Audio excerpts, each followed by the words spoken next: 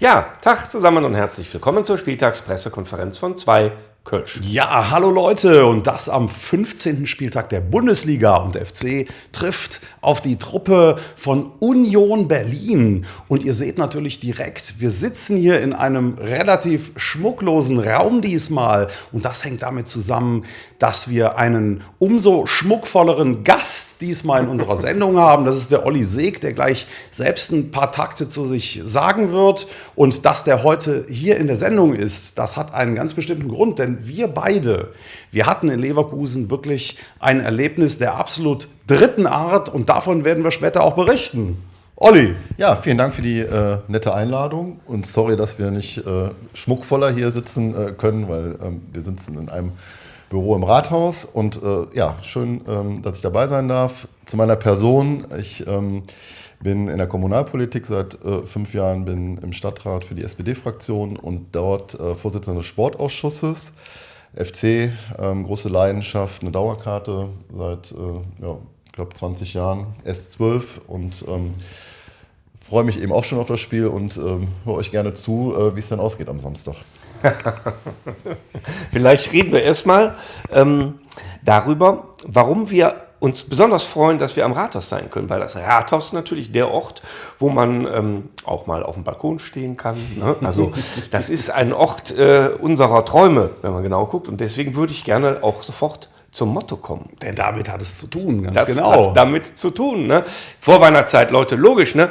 Wir haben ein Shirt-Motto, das heißt: viele Wünsche, viele Träume. Geht schon meine Stimme weg. 2 Kölsch. Auf 3 Punkte gegen Union. Prösterchen, Leute. Und ein Wasser. Ne? Ja, tut mir leid. Ein Wasser dabei. Ja. Die Seriosität kann man ja nicht so ganz verdrängen. Ne? Es gibt kein Daydrinking in der Politik. Das wollte ich sowieso. Also, man hat ja keine Vorstellung, wie das in der Politik so ist. Ne? Also, wie diese Büros so aussehen. Ne?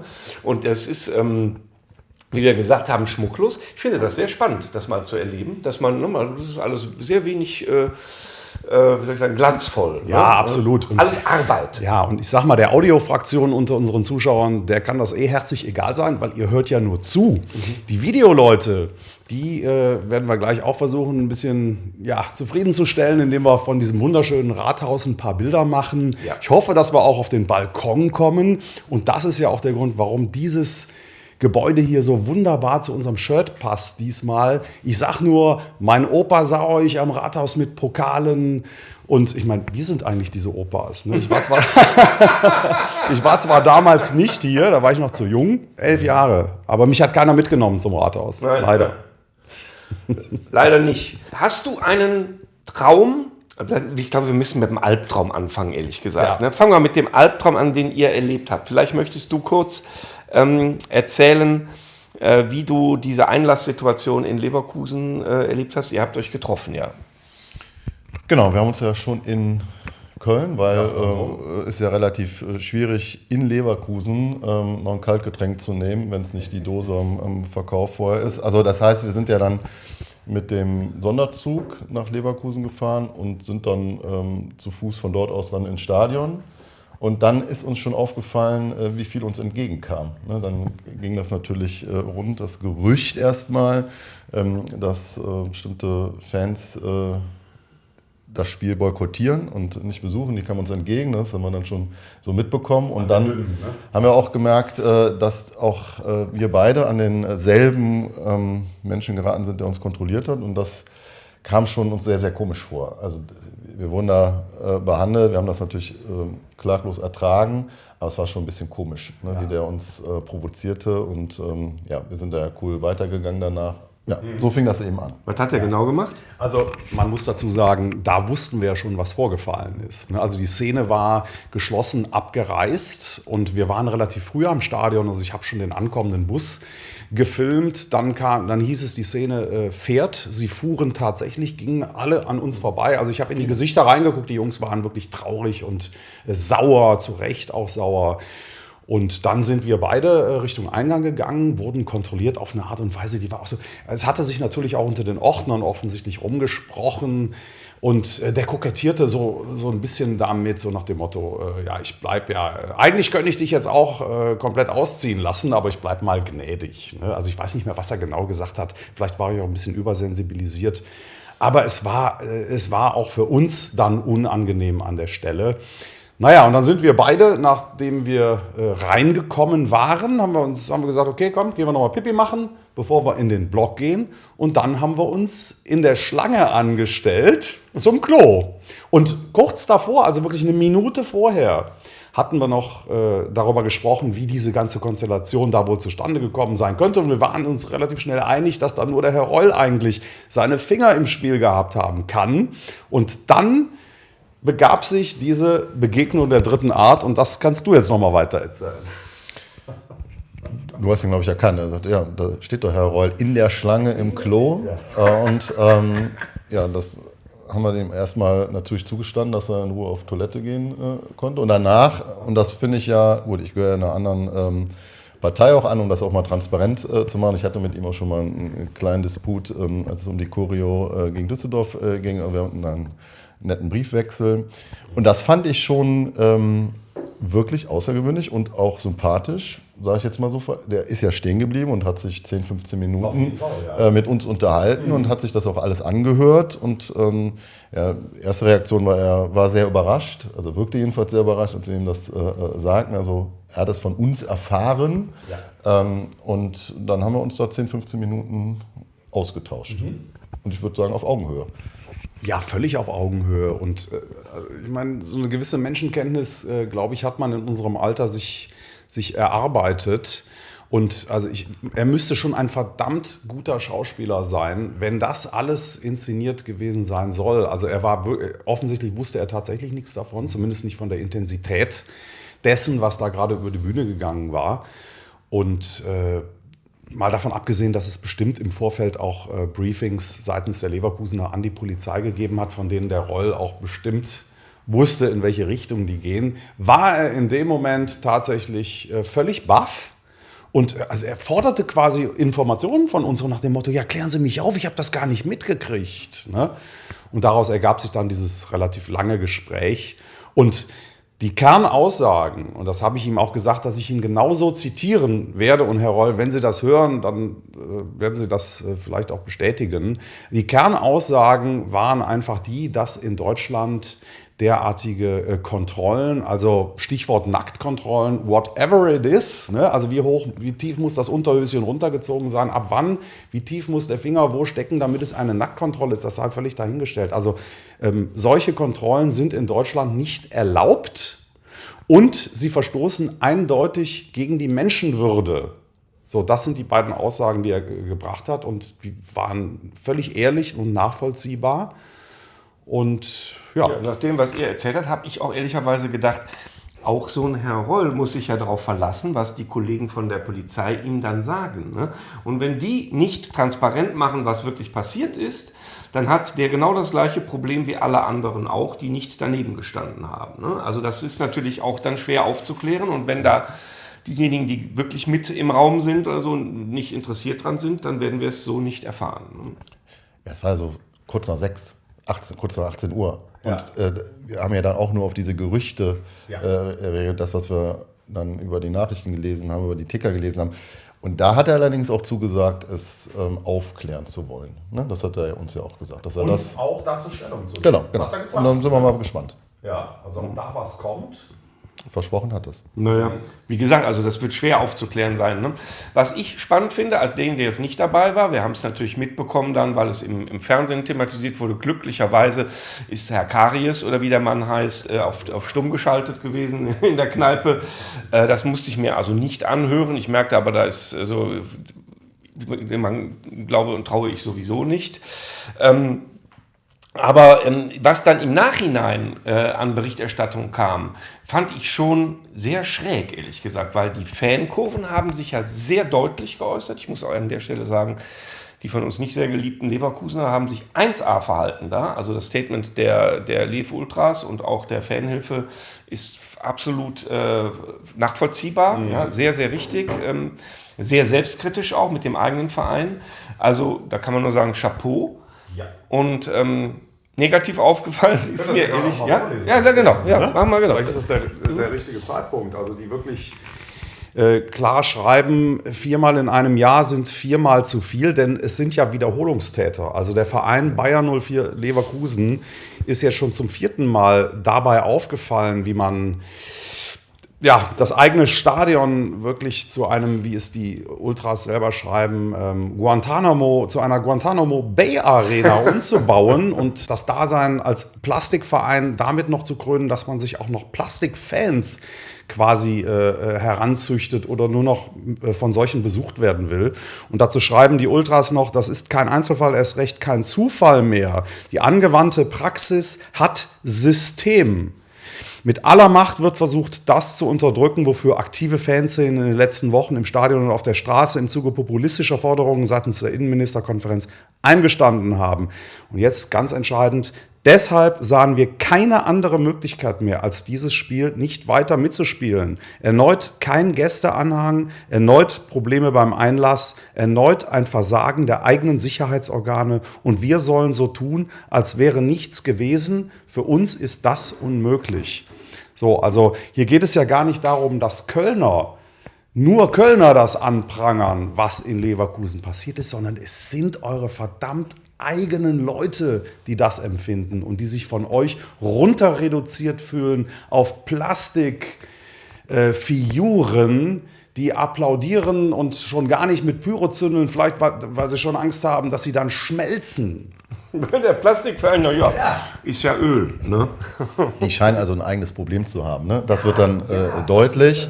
Und wenn mir das noch erlaubt ist, also was mir wirklich aufgestoßen ist diese Kommentierung von Rolfes danach.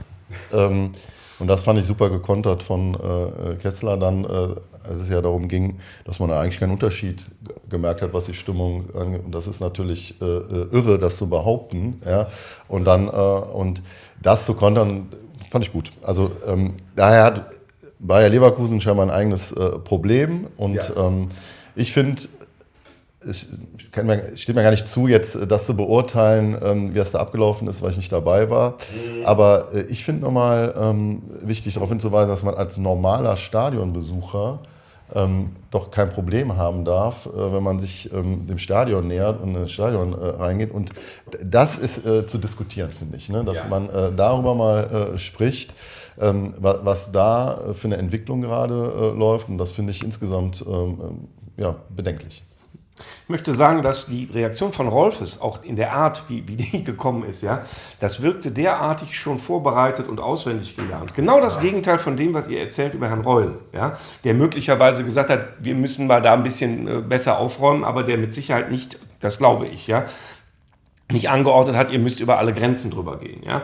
Und bei Rolfes ist es so, also der hat das ja derartig, das waren ja alles nur Gerüchte und übrigens die Stimmung war ja auch ganz toll, das wirkte so, als wollte er es wirklich wegbügeln. Wenn sowas passiert in meinem eigenen Stadion und ich kriege davon mit und werde davon überrascht, dann reagiere ich anders. Dann habe ich nicht so einen vorgefertigten, super durchgestylten Satz da parat. Ja? Also für mich war das ein Schuldeingeständnis. Ich fand das wirklich sehr unglaubwürdig. Es ist ja nicht nur offensichtlich, dass das Ganze vorbereitet war, sondern viel krasser ist ja, dass er seinen eigenen Fans wirklich damit komplett ins Gesicht schlägt. Also die Aussage, dass die Stimmung doch hervorragend gewesen sei und das ist Sie nennen es ja Derby, dass es ein Derby wie eigentlich immer gewesen sei, die ist ja erstens völliger Quatsch, weil es war ein Geisterspiel. Also es war definitiv für Verhältnisse Köln-Leverkusen war es ein absolutes Geisterspiel, spätestens als die Leverkusener Ultras dann auch das Stadion komplett verlassen haben. Aber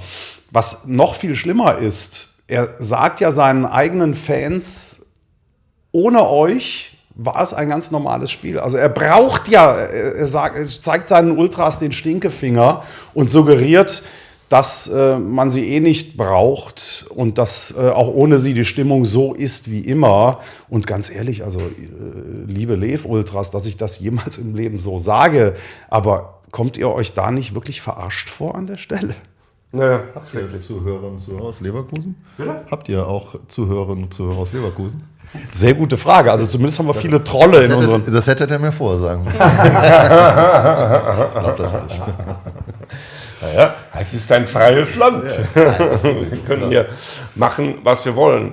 Im Übrigen, eine Sache noch, in der Lokalzeit wurden wir ja zitiert, ne, mit zugegebenermaßen etwas der deftigen Reaktion direkt noch, ich glaube, du warst der Erste, der überhaupt sich geäußert hat zu der ganzen Geschichte. Ne?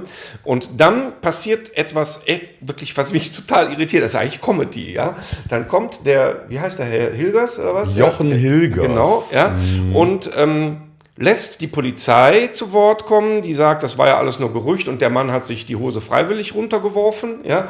Und dann sagt der Herr Hilgers danach, jetzt wo wir wissen, was passiert ist, ja, ist die Reaktion der Kurve vielleicht etwas übertrieben. Da kann man nur sagen, Journalismus ist das nicht, wenn man eine Quelle holt und der einfach mal so glaubt. Ja? Ja. Da war also sehr viel Meinung drin. Das ist auch nicht das erste Mal bei dem Kollegen, so muss man ehrlicherweise sagen.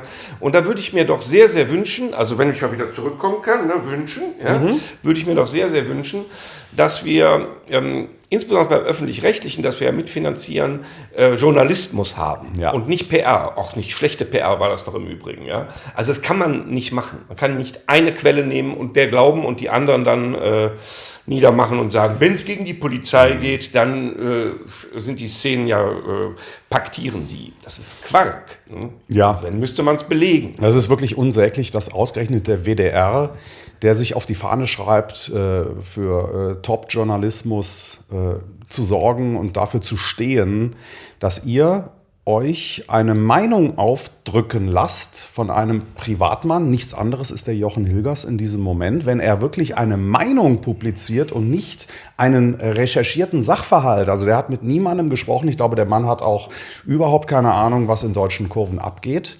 Und dass er unsere Aussage dann schlagzeilenmäßig zitiert, er hat quasi nur die Headline genommen und das, was wir nachher auch deutlich differenzierter noch nachgeschoben haben, davon ist nicht die Rede, sondern er hat wirklich nur unseren Stinkefinger nach Leverkusen quasi zitiert, den es gegeben hat, ja, und da stehen wir auch zu, aber das so als öffentlich-rechtliche Anstalt zu publizieren und als Recherche, als Beitrag zu kennzeichnen und nicht als Kommentar, lieber WDR.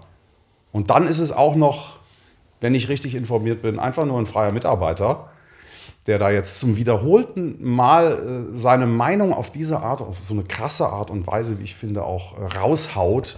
Das geht nicht. Also dann kennzeichnet es wenigstens als Kommentar. Wesentliche Dinge verschweigt. Ne? Also da zum Beispiel das Thema, dass es das 4. Mal passiert in der Saison, ja, vollkommen ausgelassen. So. Das heißt, wenn ich jetzt drauf schaue, also neutral und versuche mir eine Meinung zu bilden, dann werde ich ja sagen, was ist eigentlich plausibel? Ja? Ist es plausibel, dass 2 Fanszenen, viele 100 Leute, ihre durch Arbeit verdientes, mit Geld bezahlten Karten, wegschmeißen und weggehen, weil da irgendwo ein Gerücht war. Ist das sehr plausibel, ja oder nein? Ja? Dazu habe ich gerade noch, das Zitat würde ich gerne noch vorlesen. Das Verlassen des Blogs ist für uns eine der schärfsten Formen des Protests und sicherlich eine, die uns enorme Überwindung kostet. Es ist ein Schritt, der gut überlegt war, im Anbetracht der letzten Wochen und Monate, jedoch in letzter Konsequenz unausweichlich erschienen. Sagen die Leverkusener. Das sagen die Leverkusener. Genau, ja.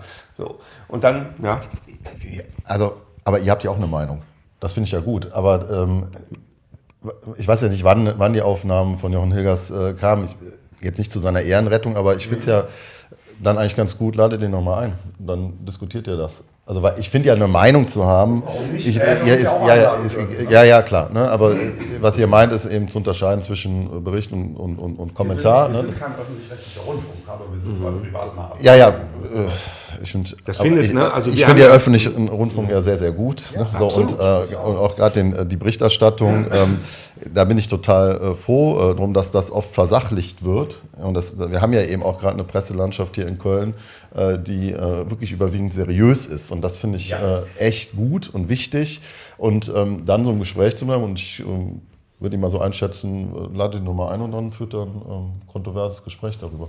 Ja, können wir sehr gern machen. Ne? Aber trotzdem ist es so, dass es innerhalb dieses Formats, ne, ich mag die Lokalzeit total gerne. Ne? Wir waren selber auch schon da, also beziehungsweise gab einen Beitrag über uns, so ist das nicht. Ne? So, aber man wundert sich dann trotzdem, wenn so Dinge, die wirklich journalistischen Prinzipien komplett widersprechen, da stattfinden. Das finde ich komisch. Genau, und gerade das meine ich, ne? Als Kommunalpolitiker, ich verstehe das, dass viele Dinge auch nicht mehr auseinandergehalten werden können. Die Politik, das ist oft, und dann wehre ich mich so ein bisschen gegen. Und da finde ich gerade so Formate wie eine Lokalzeit, wie den Lokalteil oder wie ihr euch auch mit Themen natürlich in Köln auseinandersetzt, total wichtig. Also das ist ja mein Metier in der ehrenamtlichen Kommunalpolitik, dass darüber auch berichtet wird. Ne? Ganz viele Ehrenämtler, die dabei sind. Das ist ja dann vor der Haustür oft das, was einen auch interessiert. Und daher finde ich das, da so ein Meinungsspektrum zu haben, total gut und wichtig. Das ist auch richtig. Aber es war ja kein Spektrum. Das ist das, was wir anpacken. Genau. Ne? So, dass da einer eine Richtung nennt, bestimmte Dinge extra verschweigt. Ne? Und aus Plausibilitätsthemen können wir vielleicht mal berichten, was wir selber, weil in Leverkusen ist schon immer auch sehr speziell. Ja? Und wir haben selber 2 Dinge erlebt im Vorfeld von Spielen, eins im Vorfeld, einmal nachher, die absolut nicht lustig war. Also ich habe mal in der Schlange gestanden, wo die Polizei links in der Reihe stand und plötzlich haut einer von den Polizisten haut dem Typen, der vor mir steht, wirklich völlig grundlos, der hat nichts gesagt, hätte man hören können, ja, ins Gesicht. Dann gab es so einen Tumult und dann da redet später keiner drüber. Das ist nicht die Polizei, ja, sondern, also ganz ehrlich, also ich bin auch ein Fan der Polizei. Ich bin froh, dass wir in einem Land leben, wo ich keine Angst habe, wenn ich mit dem Auto angehalten werde, dass der Typ mit der Wumme da ist. Wir haben das wirklich eine großartige Polizei. Überall gibt es Schwachköpfe, ne? Da auch. Und in diesem geschützten Raum, ja, passiert aber da nichts. Das muss man ja zur Kenntnis nehmen. Ne? Das wird da auch verschwiegen. Ne? Und eine andere Sache haben wir auch noch erlebt, ne? nach dem Spiel mal. Weiß nicht, willst du kurz erzählen? Ja, also das war auch ein Beleg dafür, dass wir hier überhaupt nicht von irgendeiner Ultra-Thematik sprechen. Da ist einfach jeder Fan betroffen. Und wir beide und auch der Olli Seeg, wir sind ganz normale Fans. Und jetzt zurück zu dieser Geschichte. Das war vor ein paar Jahren, als wir in Leverkusen gewonnen hatten und waren dann auf dem Rückweg an der Dünn entlang in Richtung Bahnhof. Und wir waren mit die Letzten, die aus dem Stadion gegangen waren, völlig freudetrunken. Und es war so eine Gruppe von 10, 12 Leuten. Plötzlich kam hinter uns ein Polizeimannschaftswagen. Gut, der wollte dann vorbei. 8 oder 9 Leute sind auch sofort zur Seite gegangen. 1, 2 Nasen. Meine Güte, wir haben gefeiert. Sind eben nicht zur Seite gegangen. Was macht der Wagen? Der überholt die. Und Vollbremsung, es springen 3 Mann raus. Und wir wurden alle mehr oder weniger erstmal sichergestellt. Wir wurden... Dann haben sie den Wagen aufgemacht, wir mussten Fingerabdrücke abgeben, also wirklich so, wie man es sich vorstellt, ne?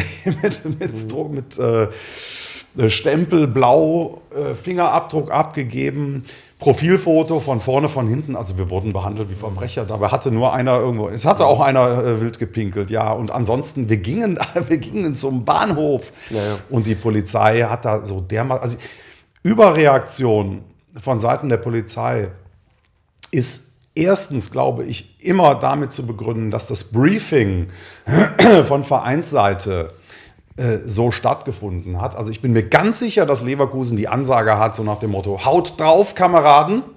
Egal, ob das Ultras sind oder ob das normale Fans sind.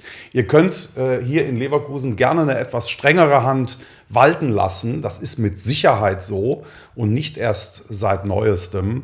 Und es eskaliert gerade noch weiter hoch. Zum 4. Mal, das muss man sich wirklich mal vorstellen. Also wenn ich mir Leute angucke wie Marcel Reif oder auch Alfred Draxler, das ist auch so ein Spezialist, die immer und immer wieder auf die Ultraszene einhauen. Leute, es ist kein Ultrathema. Jeder Fan in Deutschland ist davon betroffen. Ja, absolut. Ihr erlaubt mir das, aber das fand ich gut, dass du das eben nochmal gesagt hast. So da hast du dich ja auch gar nicht ausgedrückt, aber nochmal zu betonen, dass es natürlich wirklich wichtig ist, dass man dieses Vertrauen in die Polizei hat. Und also ich habe das komplett. Ja, also, und ich weiß einfach auch, dass die einen großartigen Job machen. Und man sieht das ja auch, wie gut ausgebildet die sind. Und ich habe ja auch dieses, wenn man im Kontakt tritt und normal eine Ansprache wählt, dann bekommt man auch sehr freundliche Rückmeldungen. Aber genau diese Dinge, die dann im Promillebereich oder im Prozentbereich mal ausufern, ne, dass man die wirklich aufklärt. Also das ist entscheidend, aber so dieses wäre mir wichtig, ne, mal zu betonen, weil ich ja auch gerade hier in Köln dieses Zusammenspiel Ordnungsamt, Polizei, KVB, wenn es zum Beispiel um Sicherheit auch auf den Plätzen geht, dass das total wichtig ist, dass man da Hand in Hand agiert. Und ich finde auch hier den Polizeipräsidenten in Köln total großartig, ja, wie der sich so einbringt, wie sensibel der ist, was der sich anhört, sehr differenziert vorgeht. Und da sollten wir hinkommen, ne, dass wir so ein Miteinander hinbekommen und nicht dieses ständige Gegeneinander. Und da bin ich aber voll bei dir, dass man dann Fanszenen nicht pauschal verurteilt. Ja? Und das ist ja eben auch der Punkt. Ultras, Hooligans, alles wird in einen Topf oft geworfen von Leuten, die dann eben keine Ahnung haben. Das ist auch ein Punkt, ne, das finde ich eben auch so aufklärerisch und gut, dass ihr darüber sprecht, dass man eben auch denjenigen, die eben nicht Einblicke haben, also nicht auf dem Stadion sind, erklärt, hier gilt es zu differenzieren. Ja? Also da sind so unterschiedliche Gruppierungen und das Allermeiste läuft ja friedlich ab. Ja? Also ich weiß überhaupt nicht, wo jetzt mal im Stadion mal eine Situation entstanden ist. Ich sage hier, geht es in die absolut falsche Richtung. Die Auseinandersetzung außerhalb des Stadions will ich überhaupt nicht verniedlichen, aber ganz wichtig aus meiner Sicht zu differenzieren, nicht alle in einen Topf zu werfen und dann eben, und das fand ich eben auch super mit euren Wünschen, ne, dass man auch daran arbeitet, was für ein großartiger Sport das ist, ja, was für ein Mega-Verein wir hier haben und dass man nicht dass man aufpasst, sich das nicht madig reden zu lassen. Absolut, genau. Und man muss halt sagen, also auch zu absolut weiten Teilen macht die Polizei ja auch einen sehr wichtigen und guten Job da. Es sind eben diese Ausnahmen, ja. Und mir ging es nur um die Plausibilität der ganzen Geschichte, ja, um zu gucken, es gibt diese Situationen, dass Leute falsch reagieren, kommen nicht an die Öffentlichkeit. Die sind in diesem geschlossenen Raum und bleiben da. Und wenn man mich fragt, was plausibler ist, dass hunderte Leute das Stadion verlassen für gar nichts oder dass da wirklich was vorgefallen ist und die versuchen das zu vertuschen oder, sagen wir mal, klein zu spielen, dann weiß ich, was meiner Ansicht nach plausibler ist. Da kann man eine andere Meinung zu haben, muss man dann aber kennzeichnen, dass es um Meinung geht und nicht um Fakten, über die wir da reden. Ja. Ne? Das wäre mein Wunsch. Ne? Also, das ist richtig, was du sagst, Olli. Also ich halte es auch für sehr wichtig, dass man Leute miteinander verbindet, vernetzt, informiert, über den anderen auch aufklärt. Und gerade was die Ultraszene anbelangt, natürlich haben die sich auch lange Jahre so ein bisschen im Verborgenen gehalten. Nicht umsonst redet man ja immer von der Subkultur. Aber auch bei denen sind nicht nur Versuche, sondern, also wir kennen die ja auch alle persönlich mittlerweile. Die Jungs sind nicht nur wahnsinnig umgänglich, viele sind auch sehr intelligent, sondern die sind nett und sie kommen auf einen zu, also dass sie sich so da abschotten, die Zeiten sind ja auch lange vorbei. Ne? Und wenn immer so über die so pauschal geredet wird, stelle ich oft eine Frage, das sind ja nicht irgendwelche anonymisierten Menschen, das sind doch die Söhne und die Töchter, ja, von Kölnerinnen und Kölnern. Also ich meine, also wir sind ja auch in dem Alter jetzt, wo die Kinder so, also das ist ja nicht irgendwas komplett Entrücktes, ja. Und also das heißt, das ist ein Bestand der Gesellschaft. Da kann man ja unterschiedlicher Meinung sein, ob man das jetzt gut findet oder schlecht findet, aber so zu tun, als wenn das irgendwie Aussätzige wären und mit denen hätten wir nichts zu tun, das ist wirklich komplett absurd. Ja? Also nochmal genauer hingucken, aber dann eben auch so Dinge wie karikative Dinge. Ja? Es gibt überhaupt nichts, was ich dann zum Beispiel im Bereich rassistische, sexistische Dinge, die in der Gesellschaft ein Riesenproblem sind, das will ich auch nochmal betonen, kommt nicht vor. Ja? Und wenn es dann vorkommt, bin ich mir sehr sicher, wird intern dagegen vorgegangen. Ja? Also auch das, was man sich eigentlich auch wünscht. Und man kann sich eben in unserem Alter auch nicht immer die Jugend oder die etwas Jüngeren so wünschen, wie man es vielleicht eben auch hätte. Ja? Also deshalb nochmal da, wo Straftaten, da müssen wir nicht drüber reden, aber dass man Dinge auslebt mit Leidenschaft, also das würde ich dann mir wünschen, dass das stärker im Mittelpunkt steht. Ja, Weihnachtswunsch, das ist tatsächlich so. Ne? Mehr Differenzierung, keine Pauschalurteile, ja, nicht die Polizei, die Ultras, die irgendwas, bringt uns nirgendwo hin. Ja? Und, wenn ich das sagen darf, 3 Punkte gegen Union. Ja.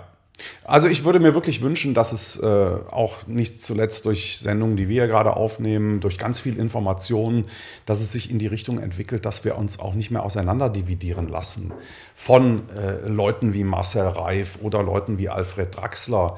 Ich will jetzt nicht schon wieder den Hilgers zitieren, aber er trägt natürlich auch dazu bei mit solchen Aussagen. Ne? Da sind sich die Ultraszenen sofort einig gewesen, wenn es gegen die Polizei geht. Nee, tut mir leid, das ist völlig populistisch. Das ist total an der Realität vorbei. Es geht hier um Fans. Fans, die sich beschweren, wie mit ihnen umgegangen wird. Völlig egal, wer dafür verantwortlich ist, ob da eine Polizei für verantwortlich ist, ob da im Zweifelsfall Karo und diese Bande aus Leverkusen für verantwortlich ist, die garantiert top-down runter vorgibt, dass man mit harter Hand vorgehen soll.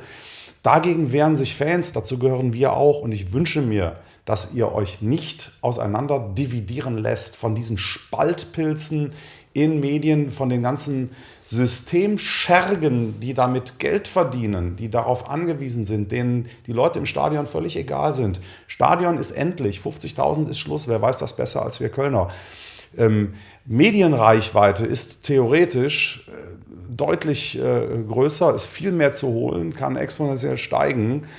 Im Stadion, wir Fans, wir Stadiongänger, die interessieren diese Leute nicht. Und deswegen gehen sie rigoros so vor, wollen uns spalten, würden uns am liebsten alle aus den Stadien raushaben, damit da nur noch teuerste Karten von reichsten Leuten bezahlt werden können und das Ganze nur noch übers Fernsehen abgewickelt. Leute, so geht die Fußballkultur in Deutschland definitiv zugrunde. Deswegen wehrt euch dagegen, dass Ultras gegen normale Fans aufgespielt werden, umgekehrt, wie auch immer. Das ist nicht die Realität. Warum steht bei uns nicht viele Albträume? Ne? Wir müssen mal hier zu was Positivem kommen. Ja, wir gucken mal aufs Wochenende. Was wünschst du dir für ein Spiel? Was wünschst du dir vom Trainer? Offensive Aufstellung und also wir werden ja einen alten Bekannten begrüßen mit Baumgart und da hoffe ich mal, dass eben auch die Taktik relativ gut einzuordnen ist, die er spielen wird. Ja, natürlich wünsche ich mir einen Dreier und dann perspektivisch fände ich es einfach super, so sagen wir mal nach Karneval Richtung Ostern ins Stadion zu gehen und sagen, so wir sind durch. Und dann gucken wir mal, was kommt. Also das ist immer so mein Traum. Wenn ich so sehe, wir hatten mal ein Motto, Rosenmontag sind wir durch. Ja, das wird wahrscheinlich rechnerisch jetzt noch nicht möglich sein, aber ja. Ja, also Träume, meine Güte. Ich glaube, viele haben überzogene Träume, beziehungsweise unrealistische Träume. Die gehen in Richtung Europa. Ihr habt doch vom Rat. Ja, genau. Deswegen sind wir ja hier. Ne? Ja. Nee, das stimmt schon alles. Und klar haben wir den Traum, aber doch noch nicht diese Saison. Also man darf nicht, wenn man Achter ist, nach oben gucken und sagen, Mensch, der Abstand ist ja so riesengroß. Nee, sondern man muss nach unten gucken und da ist immer noch komfortable Zone zwischen uns und selbst dem Platz 16. Und ich wünsche mir auch, dass wir so schnell wie möglich durch sind, dass wir uns in eine Richtung entwickeln, von der auch viele reden, ne, dass wir ein dauerhafter Bundesligist werden, dass wir viel Geld für El Mala kriegen, ganz tolle neue Mannschaft aufbauen irgendwann. Der Said darf natürlich auch bleiben, wenn er möchte. Also ich habe viele Wünsche, viele Träume rund um den FC und ich hoffe vor allen Dingen, dass der Hauptwunsch in Erfüllung geht, dass wir nicht absteigen. Ja, das ist der Hauptwunsch. Und also ich würde aber groß auf den Fußball gucken wollen und würde mir wirklich wünschen, dass dieser Fußball sich nicht von irgendwelchen Infantinos und nur vom Geld regieren lässt, sondern dass wir den Fußball, so wie wir ihn lieben, der schon zu Teilen weg ist, aber erhalten und vielleicht sogar rekonstruieren können. Das ist mein allergrößter Wunsch, dass der Fußball das bleibt, was er mal war und was wir heute noch an ihm lieben. Beim 1. FC Köln haben wir eine gute Voraussetzung. Es gibt genug andere Vereine, wo der Zug abgefahren ist. Ja, da bin ich auch echt dankbar. Also jetzt mit dem neuen Vorstand, mit der Geschäftsführung, das ist ja genau richtig unterwegs. Ja, also ich finde auch, ich wüsste jetzt gar nicht, was in irgendeiner Form kritisch zu sehen ist. Ich finde auch den Trainer total erfrischend. Ja, und wer hätte denn das gedacht am Anfang der Saison, wo wir jetzt stehen, doch wirklich, ich weiß, das ist ein Floskel, hätte jeder unterschrieben, aber es ist ja nun mal so. Ja. Aber gerade was du eben und was du jetzt auch nochmal angesprochen hast, dass die Gefahr, dass der FC sich da irgendwie falsch positioniert, sehe ich überhaupt nicht. Und das finde ich einfach auch super gut. Ja, die haben da eine klare Haltung, das war auch ein toller Wahlkampf, auch was die Vorstandsteams angeht. Man konnte mitentscheiden und so wie ich die drei wahrnehme, kommt da nicht einer nur auf härtesten Gedanken darauf, in die falsche Richtung zu gehen. Und was wir da erlebt haben mit Trump und Infantino, ich meine, das muss man jetzt ja nicht weiter. Ja, das ist so absurd. Das ist so nicht mehr Comedy. Comedy könnte man ja drüber lachen, aber man bleibt einem ja im Hals eigentlich stecken. Aber das ist so ein mahnendes Beispiel, finde ich. Ja. Und da versammeln wir uns, glaube ich, alle hinter. Ja, und zu sagen, so auf gar keinen Fall. Ja. Absolut. Ich glaube, da will Leverkusen hin, ne? Sowas Ähnliches. Also die wären gerne die FIFA der Bundesliga, wären die wahrscheinlich. Ja, der Herr Karius oder wie er heißt. Also das Lied, das der Till damals geschrieben hat, war eigentlich genau richtig. Ne? Wäre die FIFA ein Verein, es würde Bayer Leverkusen sein. Wer würde den Friedenspreis kriegen? Ja, kann ich dir sagen. Wahrscheinlich Alfred Draxler. Ne? Also auch, Rudi Völler. Der Einhaarscheitel, Mittelscheitel, ja. Ich glaube, dass es einfach so eine gewisse Sippschaft gibt. Hier Kallmund und die Axel Springer Presse und Bayer Leverkusen, die Plastikvereine. Die würden sich niemals gegenseitig schaden. Niemals. Und die würden immer den Fan opfern, wenn ihre eigenen Ziele dadurch weiterkommen könnten. Ja, wenn die perspektivisch sagen, weißt du was, wir können das Stadion auch mit KI voll machen. Ja, genau. Und dann sind die auch alle für uns und es gibt keine bösen Plakate, ist uns eigentlich viel lieber. Würde mich nicht wundern, wenn das nicht eine Rolle spielen würde bei denen, weil, wie du richtig gesagt hast, die echten Menschen und Fans sind denen ja scheißegal. Die wollen zahlen das Publikum. Düsseldorf hat doch schon angefangen mit den farbigen Sitzplätzen, ja, die Zuschauer suggerieren. Genau. Das ist die erste Form der KI. Ja. Optische Täuschung. Ne? Wie spielen die eigentlich diese Saison? Schöne Grüße nach Düsseldorf. Ja. Sehr schön. Ja, nicht nur Leverkusen zuhören, sondern auch noch aus Düsseldorf. Okay. Nein, bei uns spricht immer die pure Ironie doch eigentlich aus unseren Aussagen heraus. Mein Gott, Olli. Ja. Ich dachte, du verstehst das. Aber zugucken, ich meine, wir haben ja schon immer mal auch Leute, die sich sehr aufregen über uns. Ne? Das finde ich ja auch immer manchmal putzig.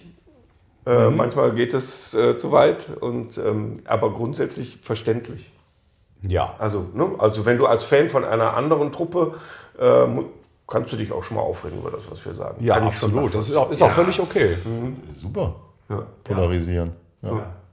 Also sorgt vor allen Dingen auch für höhere Reichweite. Also in dem Kontext nochmal Danke an die Trolle aus Leverkusen, auch letztens aus Gladbach.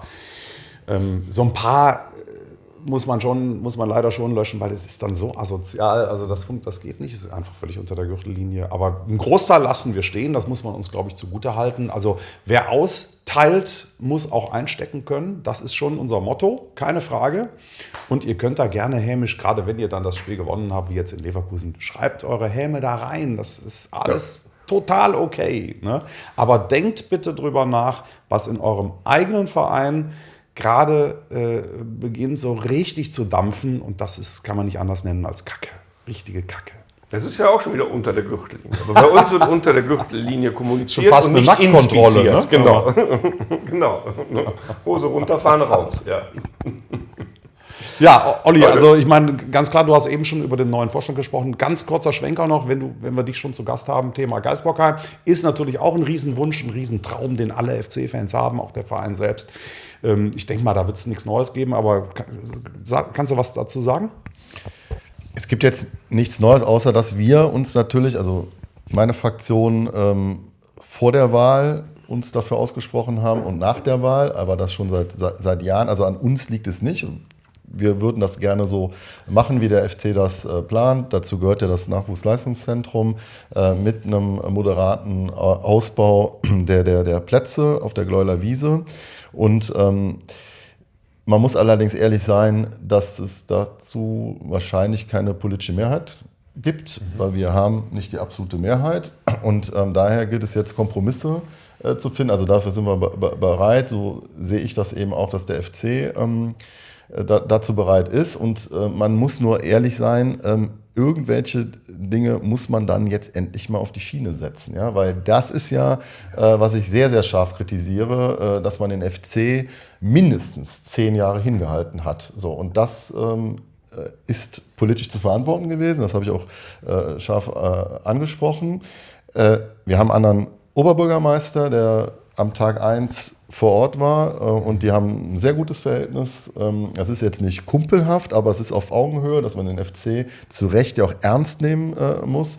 Ich will jetzt gar nicht aufführen, dass es nicht nur die sportliche Relevanz hat, sondern es ist auch ein Wirtschaftsunternehmen, ja, gesellschaftlich wichtig. Wir haben hier Kinder und Jugendliche, wir haben Mädchen, Frauenvereine. Es ist nicht nur eben die Millionäre, die am Geistbockheim beste Bedingungen haben sollen. Ja. Also das heißt, wir müssen jetzt, finde ich, in der Politik zeigen, dass wir handlungsfähig sind. Und dazu zählen eben mehr Trainingsmöglichkeiten, mehr Plätze für den FC in unmittelbarer Nähe zu schaffen. Ganz klar.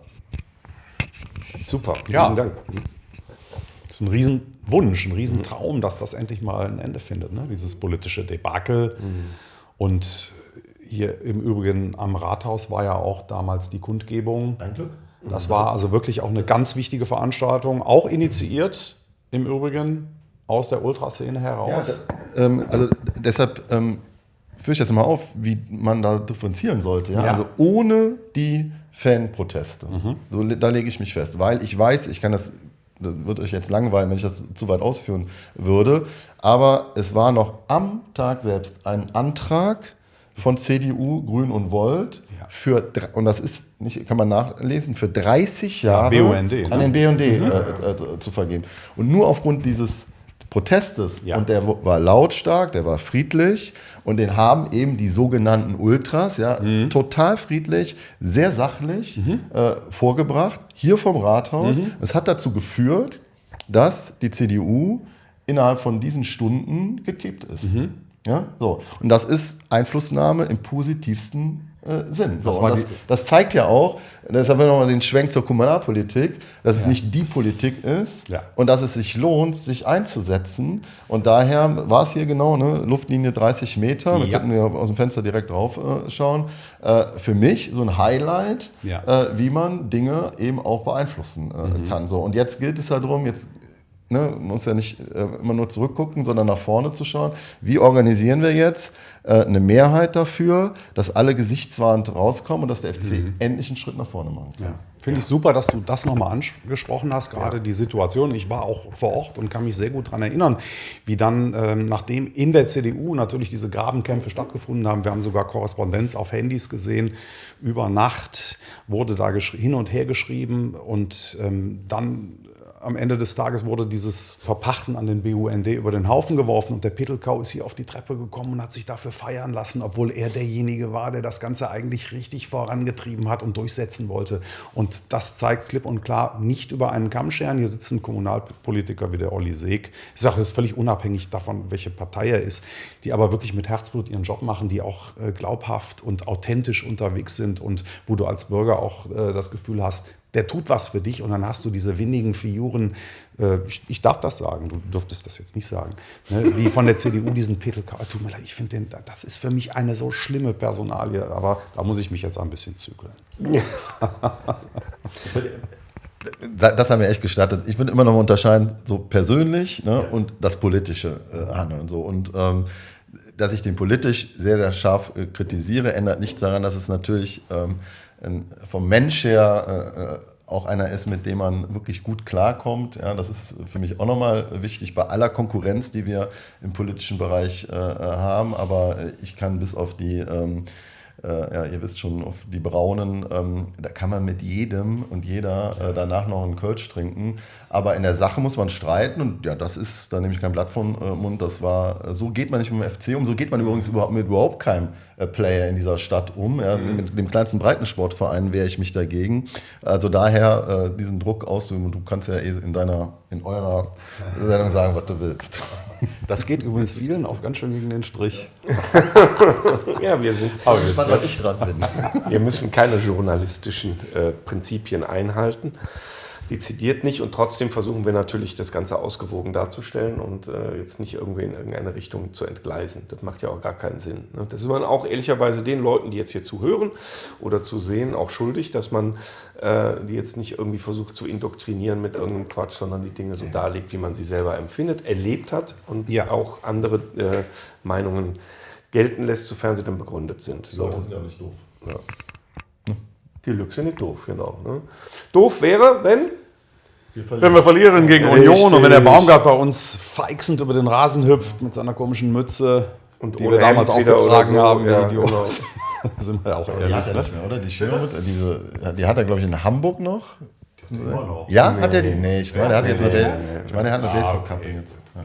Ich glaube, er steht auch nicht mehr wie so ein Gorilla da am Seitenrand. Also so ein paar Dinge hat er geändert, wenn ich mich nicht irre. Wir werden es sehen. Ja. Genau. Es soll, glaube ich, kalt werden am Samstag. Ne? Baumi, bist du immer noch so hart im Nehmen? Ich bin sehr gespannt. Es soll gar nicht negativ sein. Ne? Also ich mochte viel von dem, was du damals gemacht hast, aber nachher ging es nicht mehr. Das würde jetzt zu weit führen. Reden wir noch kurz über die Truppe. Dann muss der Olli auch weg und wir lösen dann auch das Ding hier auf. Also wir haben natürlich einiges hin und her schieben müssen, was Personalien anbelangt. Ich fand das alles nicht so dramatisch, wie das von vielen dargestellt wird, so nach dem Motto, ständig hin und her und das ist alles, der Trainer vercoacht hier, der Trainer vercoacht da. Ich sehe das anders, da ist schon viel aus der Not geboren und mir hat das Spiel gegen St. Pauli sehr gut gefallen, taktisch. Das Spiel selbst war nichts Tolles, aber taktisch war das für mich, also so eine gute Leistung von der Taktik habe ich lange nicht erlebt in Müngersdorf. Das Auswärtsspiel. Darf ich da ganz kurz was zu sagen? Weil wir haben ja vorher gesagt, das wird ein ganz, ganz kompliziertes Spiel, weil die Paulianer eigentlich gar nichts tun fürs Spiel, sondern nur auf Umschaltsituationen lauern. So. Genau das haben die auch gemacht. Dass dabei kein schönes Spiel rauskommt, ist irgendwie geschenkt. Ja, das kann man ja ahnen. Ne? Also maximal kompliziert und gar nicht gut anzugucken. Ja. Und ich musste dann so lachen, als der Pauli-Trainer danach gesagt hat, die Balljungen hätten den Ball nicht zur Bereitstellung. Die haben doch mit dem Ball gar nichts gemacht, diese Leute. Ja? Die wollten den gar nicht haben. Ne? Dann muss, was fordere ich denn einen Ball, wenn ich den dann gar nicht benutze? Ja. In Leverkusen hat es klar verdient einen auf die Mütze gegeben, ne, wenn Waldschmidt das Tor macht. Das ist aber auch alles schon x-fach besprochen, das brauchen wir gar nicht mehr so. Aber Olli, du wolltest noch was sagen. Nee, ne? Wir waren in Bremen auch und ich meine, da haben wir gefeiert, das 1-1, abgefälscht, Maller, also jetzt, ich meine, das war ein geiler Move von ihm, aber da fällt das 1-1 für uns, ne? Und dann ein paar Tage später, in der 93. oder 94. Schwäbe rutscht weg, ja. Überragend gehalten in den letzten Wochen, finde ich. Das ist dann eben so. Und am Endeffekt gewinnst du halt einmal den Punkt in der Nachspielzeit und beim anderen Mal verlierst du das. Ja. So, und ich finde ja, das Entscheidende ist jetzt nicht nur Union, sondern eben Heidenheim und Mainz. Ja, das sind ja dann die Spiele, die sogenannten 6-Punkte-Spiele und Bayern wie immer Zusatzspiel. Ja, wir haben uns ja tatsächlich die letzten 3, fällt mir der Schal runter, die letzten 3 Auswärtsspiele haben wir uns getroffen. Ne? Ja. Genau, das habe ich kritisiert, weil du bist noch ohne Sieg. Du warst also bei diesen 3 Spielen, wo wir uns getroffen haben. Ich war auch in Leipzig, da warst du nicht. Ne? Da war ich nicht, nee. Das war das einzige Spiel zusammen mit Hoffenheim, wo ich dieses Jahr noch nicht war. Sonst alle. Na gut. Ich glaube, wir können mal langsam zum Schluss kommen. Ja. Sagen nochmal herzlichen Dank, dass wir hier im Rathaus in diesem tollen Raum sitzen dürfen. Wir versuchen jetzt gleich noch ein paar schöne Schnittbilder zu machen, auch den berühmt-berüchtigten Balkon noch ins Bild zu kriegen. Und spätestens dann, ab Samstag nach dem Spiel, geht die Weihnachtszeit dann spätestens los. Viele Wünsche, viele Träume rund um den FC, rund um das Fan-Dasein und um unsere Familien und Freunde. Schreibt uns mal doch bitte in die Kommentare, was ihr euch so wünscht und wovon ihr träumt. Ja. Und bin mal gespannt, ob da jetzt Europa steht, ja, oder ob noch was anderes kommt. Alles klar. In dem Sinne, wir sehen uns am Samstagnachmittag, 15:30 Uhr im Müngersdorfer Stadion. Macht's gut, Leute. Vielen Dank. Ciao.